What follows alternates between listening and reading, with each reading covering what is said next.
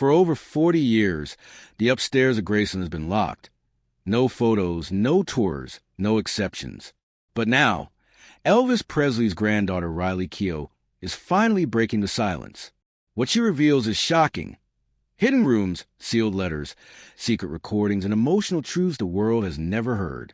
Could there really be a tunnel beneath the house? Did Elvis leave behind music no one's ever heard? And why is one room still exactly as he left it the day he died? Let's discover the beginning Graceland, more than just a mansion. No cameras, no tourists, no exceptions.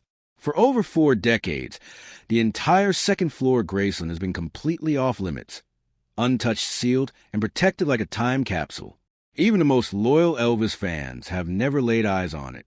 But now, for the first time, we're hearing from someone who's been behind those locked doors. Riley Keough, Elvis Presley's granddaughter, is revealing personal and emotional details about what really lies upstairs at Graceland. What was Elvis hiding up there? Why has this area remained closed for so long? And what did Riley find that changes everything? To understand why these questions matter so much, we have to start at the beginning. Not with the fame, not with the music, but with the house. Graceland wasn't always a global icon.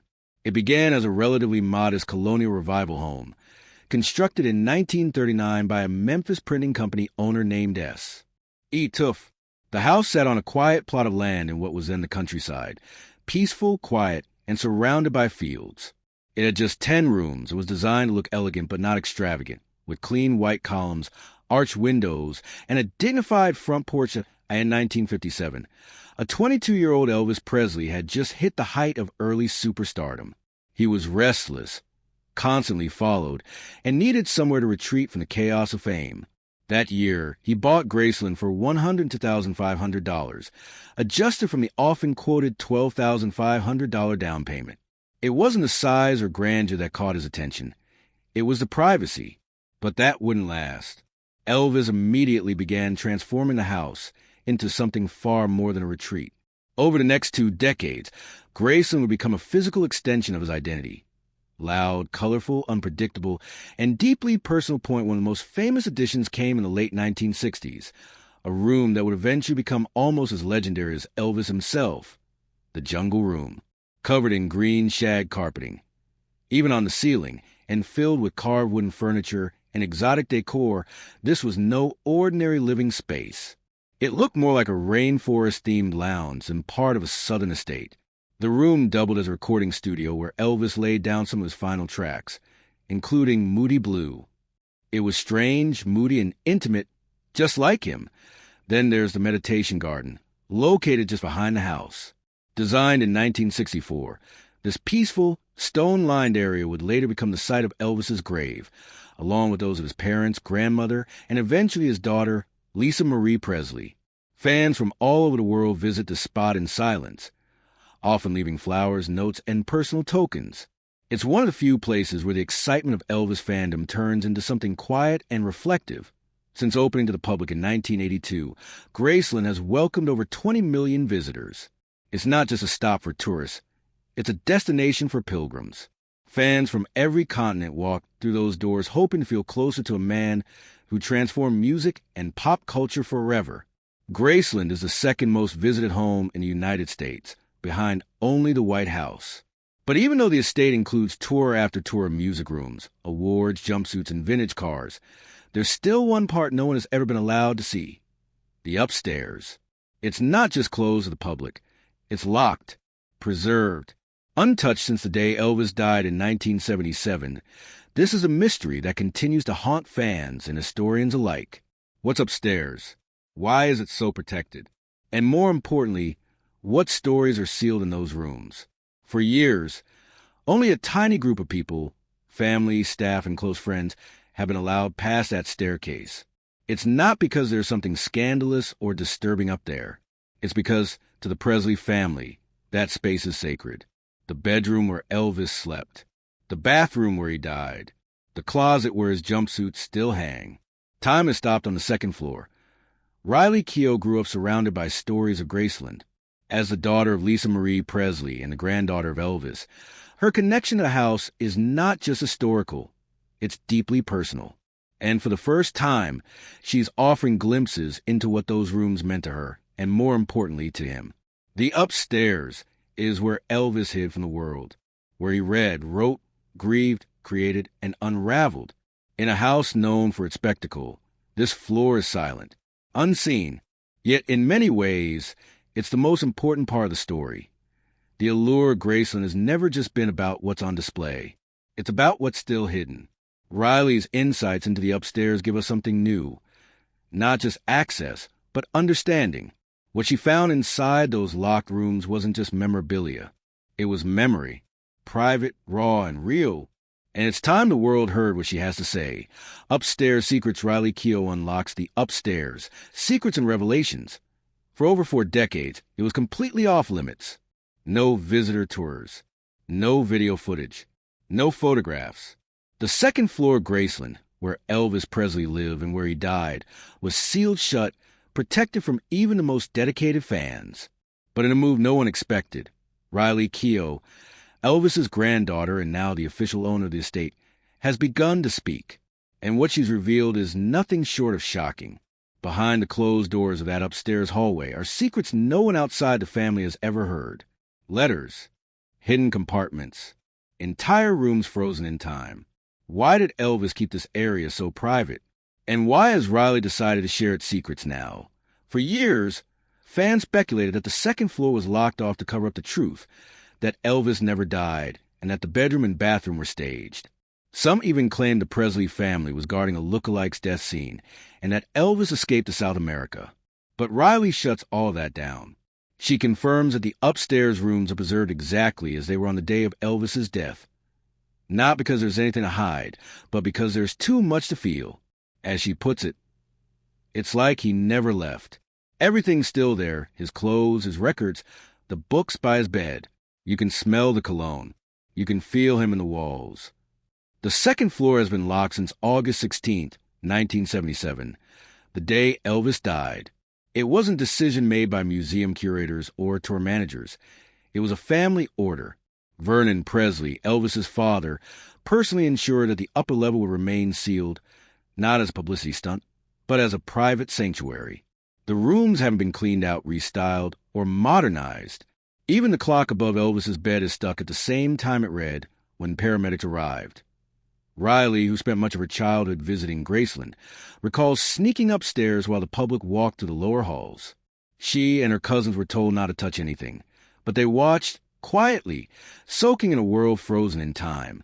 One of the rooms that stuck with her most was Elvis's personal study, a small, darkly decorated space with walls lined in deep wood, filled with books on numerology, Christian theology, and Eastern mysticism. Among them were notebooks filled with Elvis's own reflections on fame, spirituality, and loneliness. Some entries, Riley says, read like journal prayers. Others are more erratic. Unfinished song lyrics, stream of consciousness paragraphs, scribbled quotes. One page, she recalls, just had the word free written over and over. There are also physical artifacts that Riley believes offer a window into her grandfather's state of mind. Elvis's bed, still dressed in its original silk sheets, is flanked by 2 nightstands, one top with a Bible and handwritten annotations, the other with pain medication bottles, some still full. Tucked beneath the bed, Riley found a shoebox labeled "Do Not Open." Inside, unsent letters. One of them was addressed to Lisa Marie. Another simply read, "To whoever finds this after I'm gone." These items, Riley admits, are too personal to release to the public, but she acknowledges they exist and that they've changed how she sees her grandfather, i.e. in the adjacent bathroom, where Elvis passed away. Almost everything remains intact. Riley refuses to speak in detail about the room out of respect, but confirms it's never been altered. Not even the towels have been replaced. The room is sealed with the same reverence as a mausoleum. For the Presley family, this wasn't just a place of tragedy. It was a deeply private space where Elvis often locked himself away from the pressures of the outside world. Riley says he spent hours in there reading, meditating, and sometimes just sitting in silence. The bathroom, like the bedroom, was a refuge. Another space Riley spoke about, never mentioned in official Graceland literature, is what she calls the quiet room. a small, tucked-away area at the end of the upstairs hallway that Elvis had designed as a meditation space. With low lighting, cushions on the floor, and a soft hum from an old sound machine, this room was where Elvis would go to pray, reflect, or escape. There are no photos of it, no fan accounts, and until Riley mentioned it, no one even knew it existed.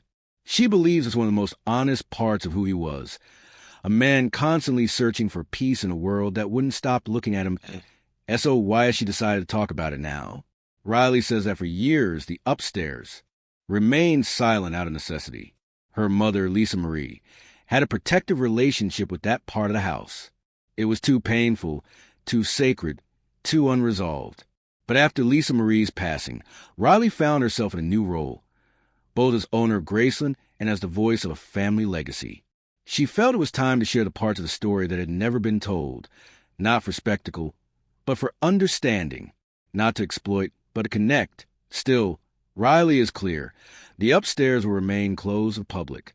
These stories, these revelations, are meant to give fans a deeper emotional connection to Elvis, not physical access to the rooms.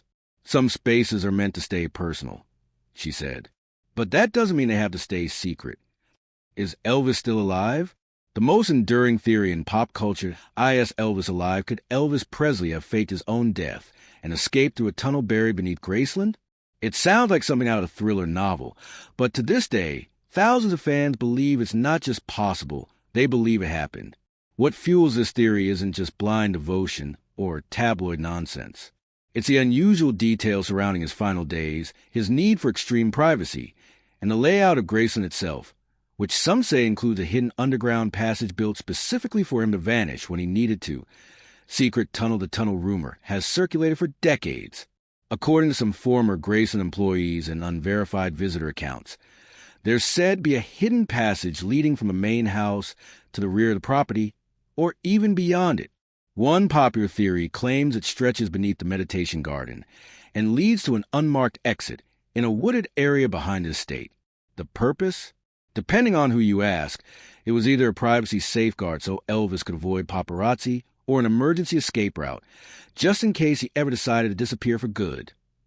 Those who support this theory point to Elvis's growing paranoia in the 1970s. He had microphones swept for bugs. He stopped performing regularly. He started pulling away from public appearances, and even inside Graceland, he rarely left the second floor. It wasn't just reclusive behavior. It was total withdrawal. For believers, this withdrawal was a prelude to a plan that what about the tunnel itself? Is there any proof it exists? Official Graceland blueprints that are available to the public make no mention of such a tunnel. But these documents are incomplete by design. Graceland's second floor isn't shown either, and we know that area exists. Some former staffers have denied the tunnel outright. Others have said cryptically, there are things not even employees are shown. The Presley family has never acknowledged a tunnel in any interview, memoir, or authorized documentary. But that hasn't stopped fans from trying to prove it. In 1987, a freelance journalist reportedly snuck onto property and claimed he found a partially concealed concrete entryway near the rear carport. His claims were never verified, and no photographic evidence was ever published. But once that rumor spread, it stuck. Then came the sightings. The first major Elvis is alive moment came in 1978, just 1 year after his death. A man resembling Presley was reportedly seen boarding a plane at Memphis International Airport under the name John Burroughs. That's not a random alias. John Burroughs was the same fake name Elvis had used repeatedly when checking into hotels on tour. The sighting made local news, but was brushed off as coincidence. Still, it triggered a wave of similar stories in 1984. A tourist visiting Graceland took a photo of a groundskeeper relaxing behind the house. That image went viral, or as viral as a photo could go in the 80s. Elvis sightings fans insisted the man was Elvis. He wore sunglasses, had Presley's facial features, and appeared heavier, in line with what Elvis would look like had he aged naturally. The image was blown up, analyzed, and scrutinized. But to this day, Graceland staff have never revealed who the man actually was. More sightings followed. Elvis in Michigan, Elvis at a Burger King in Texas, Elvis spotted watching an Elvis impersonator show in Nevada. One of the strangest reports came in 1994, when a man matching his description reportedly walked into a DMV in California. The clerk said he was polite, quiet, and paid in cash. When asked for a name, he said, "That's not important." The security footage, if it ever existed, was never released. Another layer of the theory rests on the official documentation of Elvis's death.